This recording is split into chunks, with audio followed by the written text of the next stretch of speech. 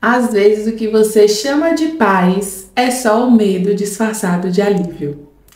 Calma que eu vou explicar pra vocês. Meu nome é Paula Rodrigues, eu sou psicóloga e seja bem-vindo ao meu canal aqui no YouTube e o podcast no Spotify. Hoje a gente vai falar sobre qual é a diferença entre a gente sentir paz, uma paz real, ou evitar lidar com as coisas que tiram a nossa paz.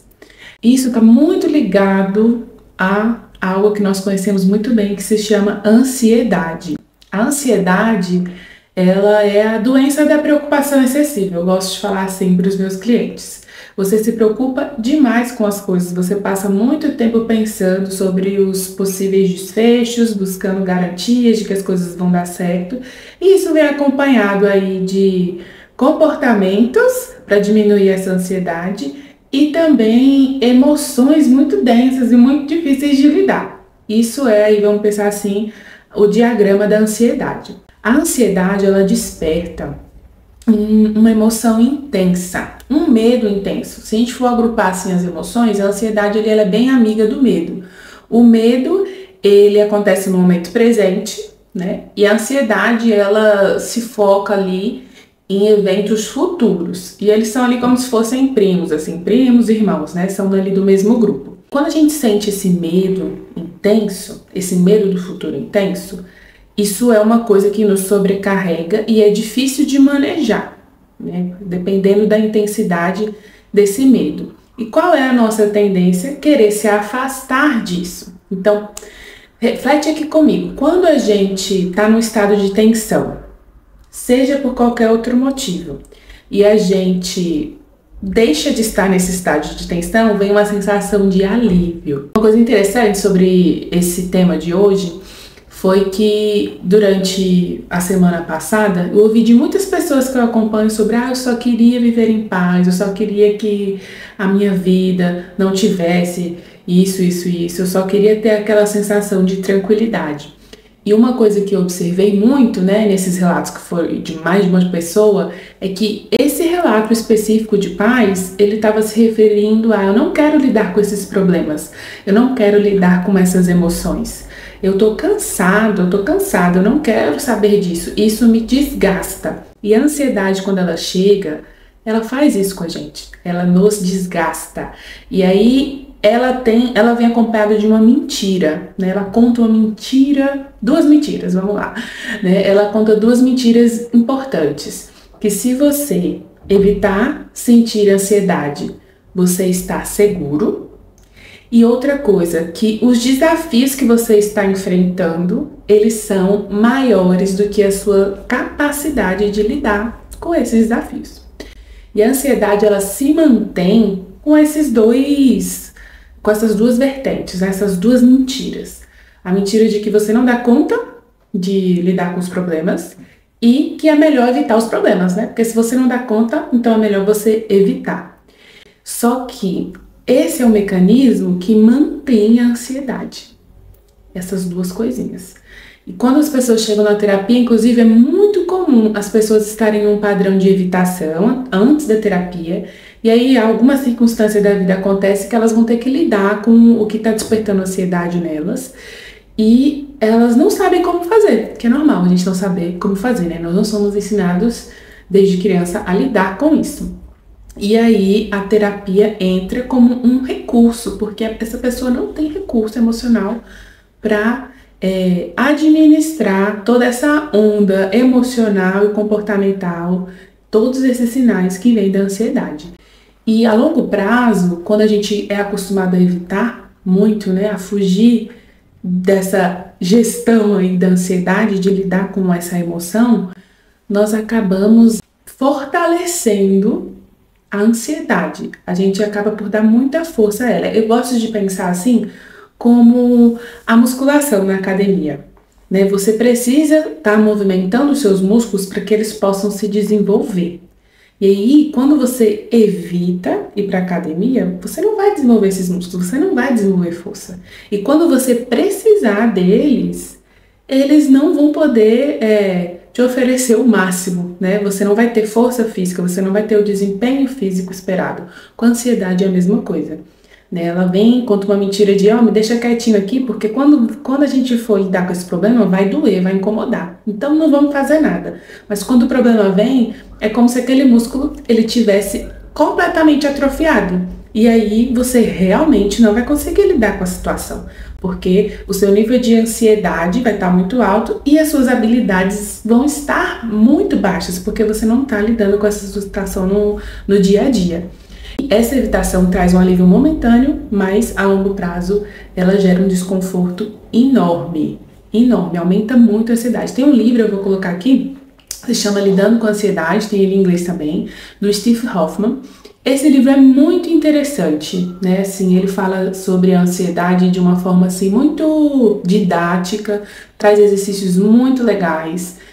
Todas as técnicas que ele usa ali são baseadas em pesquisa, isso é muito interessante. E esse autor, ele define a evitação de duas formas, que eu acho que isso também aqui é importante, porque às vezes a gente tem um padrão de evitação e a gente não percebe. A evitação ela pode ser comportamental, que é o quê? Você deixar de ir no lugar, você evitar determinada situação, preencher o seu tempo, inclusive fazendo outra coisa, se distraindo. Procrastinação entra aqui, né? Você vai fazer outra coisa para não fazer o que precisa ser feito. Isso se chama evitação comportamental. Por exemplo, eu não vou atender ligações, eu tenho um problema com falar no telefone, eu resolver um problema. Eu não vou mandar um e-mail do meu trabalho, eu não vou agendar alguma coisa, eu não vou comparecer, ou eu vou, inclusive, criar outras coisas para eu fazer, para eu não ter que lidar com o que eu preciso lidar. E existe também a evitação cognitiva. Isso aqui é super importante, porque muita gente não está ligado nisso. Isso envolve o quê? Processos de pensamento. Você entra em ciclos de pensamento e fica ali bastante tempo, quando na verdade você não age para fazer o que precisa ser feito. E quais são assim os tipos de evitação cognitiva? A gente pode aqui incluir se preocupar excessivamente, e aí você fica meia hora se preocupando, 1 hora se preocupando, pensando em possíveis cenários. Isso te distrai de resolver, de tomar uma ação, de planejar algo efetivo. Você também pode ficar tentando buscar garantias de que as coisas vão dar certo, buscar certeza, porque a ansiedade ela envolve você tolerar a incerteza. Isso também é um tema aí para outro vídeo, que é também muito sensacional, eu gosto muito desse tema. Ela envolve você aprender a lidar com a imprevisibilidade da vida. O problema na ansiedade é que quando surge uma imprevisibilidade, a gente interpreta que porque algo não é previsível, isso vai ser negativo, isso só pode dar errado. Quando não é verdade, a imprevisibilidade é uma coisa neutra. Ela pode, inclusive, também trazer resultados que a gente não espera positivos. O problema na ansiedade é que toda imprevisibilidade ela é vista como negativa. E aí você tenta buscar garantias, buscar certezas de que as coisas vão sair bem. E aí você entra num ciclo de pensamento aqui nessa parte, né? E também pode ser de comportamento. E você começa a analisar bastante coisa, assim, sabe? Quando você entra naquele looping, assim, você tem muita dificuldade de sair. E essa evitação cognitiva, ela tenta fazer a gente se desconectar das emoções. Porque sentir ansiedade sobrecarrega, é intenso. E quando a gente não sabe o que fazer, a gente pode até achar que a gente está passando mal, que a gente está enlouquecendo, que a gente está tendo um ataque cardíaco, quando os sintomas são muito intensos. E a evitação cognitiva, ela se articula muito com esse mecanismo de evitar sentir as emoções, a emoção do medo, a emoção de não ter certeza, por exemplo, insegurança. Às vezes a gente tem um medo da avaliação das pessoas, às vezes a gente tá triste porque algo não tá do jeito que a gente gostaria e a gente tem dificuldade de aceitar, de se adaptar a essa situação. Então a evitação cognitiva muitas vezes ela acontece quando a gente está tendo dificuldade de reconhecer alguma emoção difícil, principalmente aqui, né, no conteúdo desse vídeo, ligada à ansiedade. É que a gente pode sentir tristeza, a gente pode sentir raiva, a gente pode sentir medo, dentre outras coisas. E aí reconhecer essas emoções e os pensamentos também que vêm associados a essas emoções faz com que a gente passe por esse processo de uma maneira mais leve, mas a evitação cognitiva, ela desconecta a gente desse processo emocional e, ao mesmo tempo, ela também faz com que a gente não se engaje em soluções, em comportamentos que, de fato, vão ajudar a ansiedade a ser diminuída. Tá, Paula, entendi. E agora, eu faço o que com isso? A técnica mais eficaz até os dias de hoje para lidar com a ansiedade se chama exposição. Como assim? A exposição envolve você se colocar nas situações que você tem medo de uma forma gradual e segura. Na terapia, a gente faz até assim uma escada de exposição. A gente classifica comportamentos associados à ansiedade, né, de intensidade de 1 a 10, e aí a gente começa do 1 e vai aumentando, né, assim, à medida que você é exposto a essas situações, para ver como você se sente, o que é que você pensa, as situações que você está se envolvendo, como elas chegam no seu corpo, né, e como você age diante delas. Em alguns casos, é possível, inclusive, o terapeuta, ele ir numa sessão presencial. Quando eu atendia presencial, eu fazia muito isso, assim, e eram sessões muito legais, assim, com o paciente, você fazer uma intervenção ali na hora. Era muito rico isso. Por que isso é importante? Porque a evitação, ela vai reforçar bastante o medo no nosso cérebro. E o medo, ele vai aumentar de intensidade, e aí a gente começa a pensar, então, já que eu tô sentindo muito isso, esse medo, é melhor eu não sentir, porque eu não consigo administrar. Então, o que mantém aí, isso é a crença de que eu não vou conseguir sentir tudo isso. Isso é demais para mim. E a exposição vem e mostra. Você consegue sentir. Inclusive, se você sentir, cada vez que você se propor a se colocar numa situação que você vai sentir isso, a sua ansiedade vai diminuir. Isso é o que as pesquisas encontraram, gente. Vocês acreditam? Inclusive, isso aqui pode ser usado para pessoas que têm medo de elevador, por exemplo, medo de avião, fobias específicas que a gente chama. O tratamento, ele é feito dessa forma, né? A pessoa tem medo de algum animal específico. Então, você começa a falar, vamos imaginar tal animal, né? Esse é o 1, por exemplo. Depois você mostra um desenho desse animal. Depois você mostra, sei lá, o ambiente onde esse animal ele vive. Depois você traz uma pelúcia desse animal. Depois você mostra um vídeo, né? Você vai fazendo de acordo com a hierarquia que o paciente ele trouxe para você. E aí o objetivo final é que a pessoa consiga se expor a esse estímulo. E aí, assim, importante também nesse processo, né, sempre trazer informações científicas sobre aquilo, né, principalmente nesse caso de animais ou outras coisas, assim, mais específicas.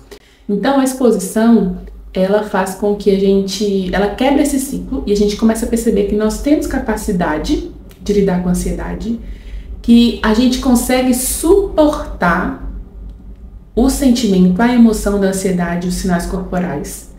E que, com o tempo, isso inclusive vai diminuindo. A gente consegue tolerar isso e tolerar enquanto a gente toma ação. Porque é muito comum pessoas que têm ansiedade, elas pensarem assim, tá todo mundo percebendo que eu tô ansiosa.